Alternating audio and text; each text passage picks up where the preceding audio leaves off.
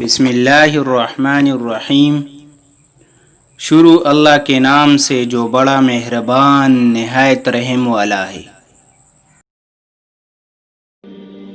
حضرت محمد صلی اللہ علیہ وآلہ وسلم نے فرمایا، اگر میں حکم دیتا کہ کوئی کسی کو سجدہ کرے تو بیوی کو حکم دیتا کہ وہ اپنے خاوند کو سجدہ کرے۔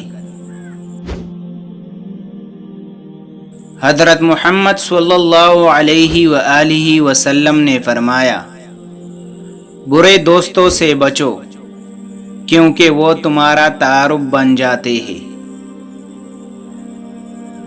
حضرت محمد صلی اللہ علیہ وآلہ وسلم نے فرمایا، ایمان کے بعد بڑی نعمت نیک عورت ہے۔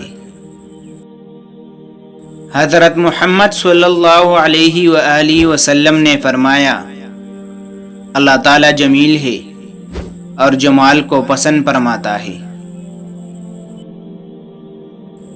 مومن کی فراست سے بچو کیونکہ وہ اللہ کے نور سے دیکھتا ہے۔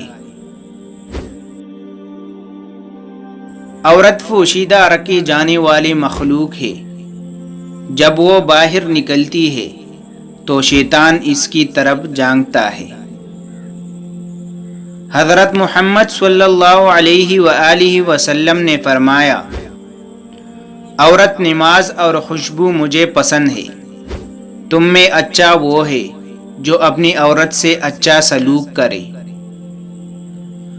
حضرت محمد صلی اللہ علیہ وآلہ وسلم نے فرمایا، جب کوئی عورت مرے اور اس کا خاوند اس سے راضی ہو تو وہ جنت میں جائے گی۔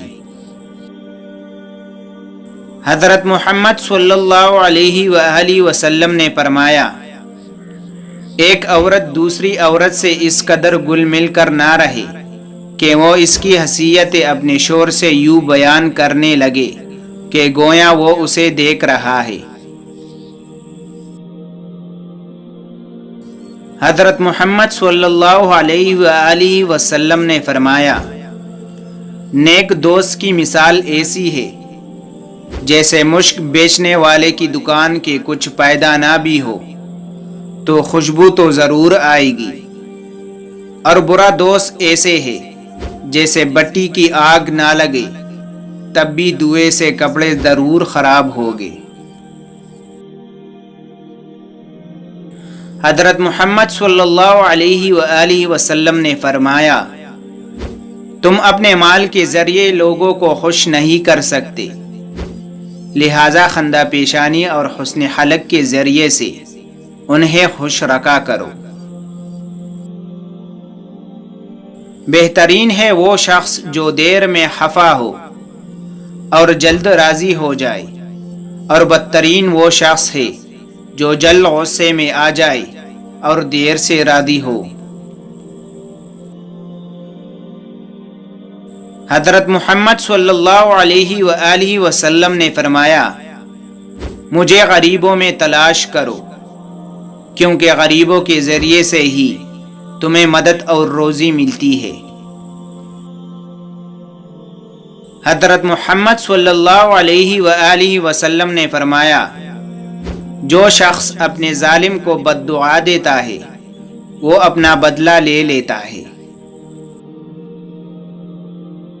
حضرت محمد صلی اللہ علیہ وآلہ وسلم نے فرمایا، دنیا بیماریوں کی جگہ ہے اور لوگ اس میں بیماریوں کی طرح ہے۔ حضرت محمد صلی اللہ علیہ وآلہ وسلم نے فرمایا، جب تو کسی عالم کو دیکھے کہ وہ اپنی دینی امور میں آسانیاں پیدا کرنے میں مشغول ہے تو جان لے کہ اس سے کچھ بھی نہیں ہو سکے گا۔ جب اللہ تعالیٰ کسی بندے سے بھلائی کرنا چاہتا ہے تو اس کو اپنی نفسی کے عیب دکھا دیتا ہے۔ خواہش نفس اور شہوت ابن آدم کی سرشت میں رکھ دی گئی ہے۔ خواہش کا چھوڑ دینا بندہ کو امیر کر دیتا ہے اور اس کی پیروی کرنا امیر کو اسیر بنا دیتا ہے۔